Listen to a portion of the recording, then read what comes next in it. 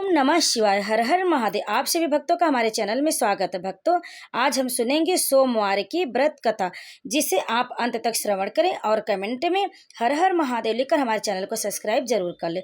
तो चलिए भक्तों, आज हम सुनते हैं सोमवार के दिन सोमवार की संपूर्ण व्रत कथा। तो प्रेम से बोलिए शिव पार्वती की जय। एक नगर में एक बहुत धनवान साहूकार रहता था। उसके घर में धन की कोई कमी नहीं थी, परंतु वह बहुत दुखी था क्योंकि उसके कोई पुत्र नहीं था। वह इसी चिंता में दिन रात दुखी रहता था। पुत्र की कामना के लिए वह प्रत्येक सोमवार को शिव जी का व्रत और पूजन किया करता था तथा सायंकाल मंदिर जाकर शिव जी के सामने दीपक जलाया करता था। उसके इस भक्ति भाव को देखकर एक समय माता पार्वती ने शिव जी से कहा, महाराज, यह साहूकार आपका अनन्यतम भक्त है, सदैव आपका व्रत और पूजन बड़ी श्रद्धा के साथ करता है। आपको इसकी मनोकामना अवश्य पूर्ण करनी चाहिए। शिव जी ने कहा, हे पार्वती, यह संसार कर्म क्षेत्र। किसान खेत में जैसा बीज बोता है वैसा ही फसल काटता है, उसी तरह मनुष्य इस संसार में जैसा कर्म करते हैं वैसा ही फल भोगते हैं। माता पार्वती ने अत्यंत आग्रह से कहा, महाराज, जब यह आपका अनन्यतम भक्त है और अगर इसको किसी प्रकार का दुख है तो उसे आपको अवश्य दूर करना चाहिए। आप तो सदैव अपने भक्तों पर दयालु रहते और उनके दुखों को दूर करते। यदि आप ऐसा नहीं करेंगे तो मनुष्य आपका पूजन तथा व्रत क्यों करेंगे। माता पार्वती का ऐसा आग्रह देख शिव जी कहने लगे, हे पार्वती, इसके कोई पुत्र नहीं है। इसी चिंता में यह अति दुखी रहता है। इसके भाग्य में पुत्र न होने पर भी मैं इसको पुत्र प्राप्ति का वर देता हूँ, परंतु वह पुत्र केवल 12 वर्ष तक जीवित रहेगा।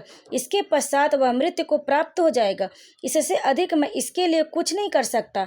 माता पार्वती और भगवान शिव का यह वार्तालाप वह साहूकार सुन रहा था। इससे उसको न तो प्रसन्नता हुई और न ही दुख हुआ। वह पूर्व की तरह शिव जी का व्रत और पूजन करता रहा। कुछ समय पश्चात साहूकार की स्त्री गर्भवती हुई और 10वें महीने उसके गर्भ से अति सुंदर पुत्र उत्पन्न हुआ। साहूकार के घर में बहुत खुशी मनाई गई, परंतु साहूकार तो यह जानता था कि उसकी केवल 12 वर्ष तक की ही आयु है, इसलिए उसे न अधिक प्रसन्नता की और न ही अधिक यह भेद किसी को बताया। जब वह बालक 11 वर्ष का हो गया तो बालक की माता ने उसके पिता से उसका विवाह करने के लिए कहा। साहूकार ने कहा, अभी मैं इसका विवाह नहीं करूंगा, मैं अपने पुत्र को काशी पढ़ने के लिए भेजूंगा। साहूकार ने बालक के मामा को बुलाकर उसको बहुत सा धन देकर कहा, तुम इस बालक को काशी पढ़ने के लिए ले जाओ और रास्ते में जिन जिन स्थानों में भी जाओ यज्ञ करते, ब्राह्मणों को भोजन कराते तथा दक्षिणा देते हुए जाना।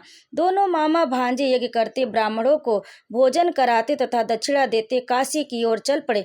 रास्ते में एक शहर पड़ा। उस शहर में राजा की कन्या का विवाह था, परंतु जो राजकुमार विवाह कराने के लिए आया था वह एक आंख से काना था। उसके पिता राजा को इस बात की बड़ी चिंता थी कि कहीं राजकुमार को देखकर राजकुमारी या उसके माता पिता विवाह से किसी प्रकार की अड़चन पैदा न कर दे। जब उसने सेठ के अति सुंदर लड़के को देखा तो मन में विचार किया कि क्यों न द्वारचार के समय इस लड़के को वर का काम चलाया जाए। ऐसा मन में विचार कर उस राजकुमार के पिता ने उस लड़के और उसके मामा से बात की।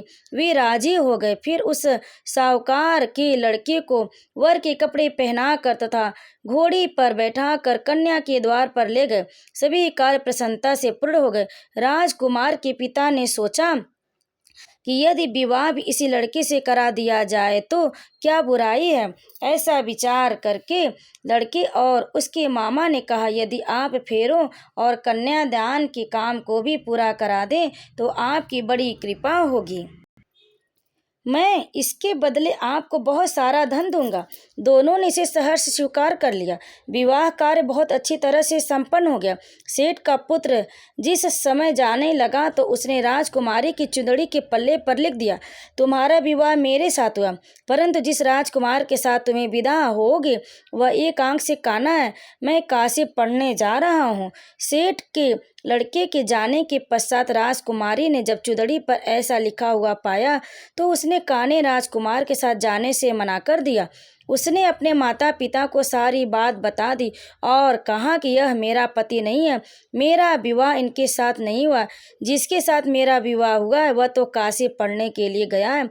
राजकुमार के माता पिता ने अपनी कन्या को विदा नहीं किया और वापस बारात चली गई। उधर सेठ का लड़का और उसका मामा काशी पहुंच गए। वहां जाकर उन्होंने यज्ञ करना और लड़के ने पढ़ाई शुरू कर दिया। जब लड़के की आयु 12 साल की हो गई उस दिन उन्होंने यज्ञ रचा रखा था। लड़के ने अपने मामा से कहा, मामा जी आज मेरी तबीयत कुछ ठीक नहीं है। मामा ने कहा, अंदर जाकर सो जाओ। लड़का अंदर जाकर सो गया और थोड़ी देर में उसके प्राण निकल गए।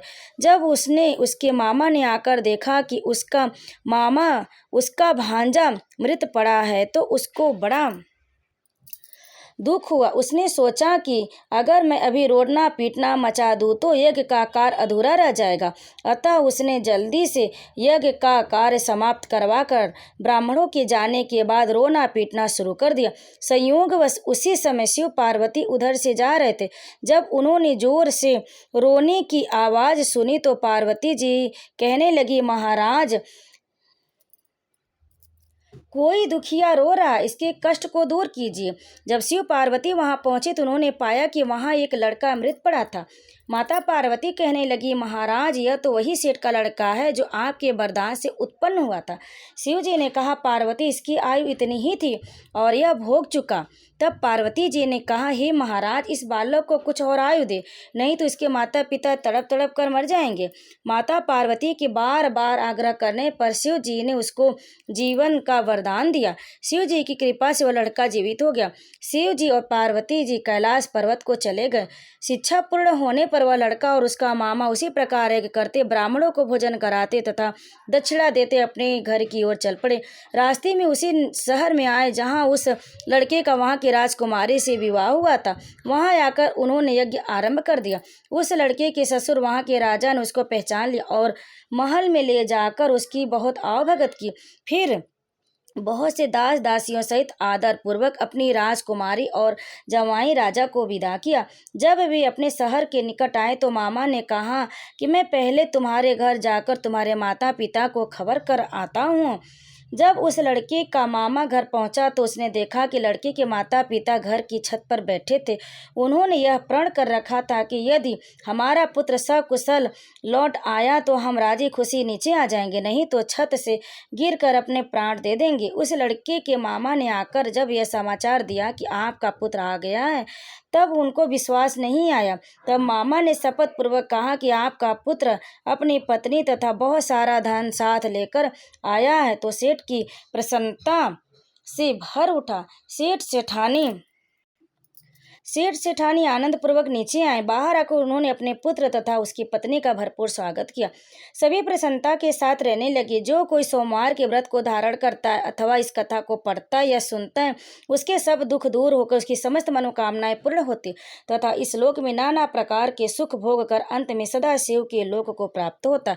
तो प्रेम से बोलिए भगवान शिव की जय। भक्तों, इस कथा को अंत तक श्रवण करने के लिए आप सभी भक्तों का बहुत बहुत धन्यवाद। अगर आपको हमारी यह कथा पसंद है तो वीडियो को लाइक शेयर कमेंट जरूर करें और हमारे चैनल को सब्सक्राइब जरूर कर लें। आप सभी भक्तों पर भगवान शिव माता पार्वती कृपा सदैव बनी रहे।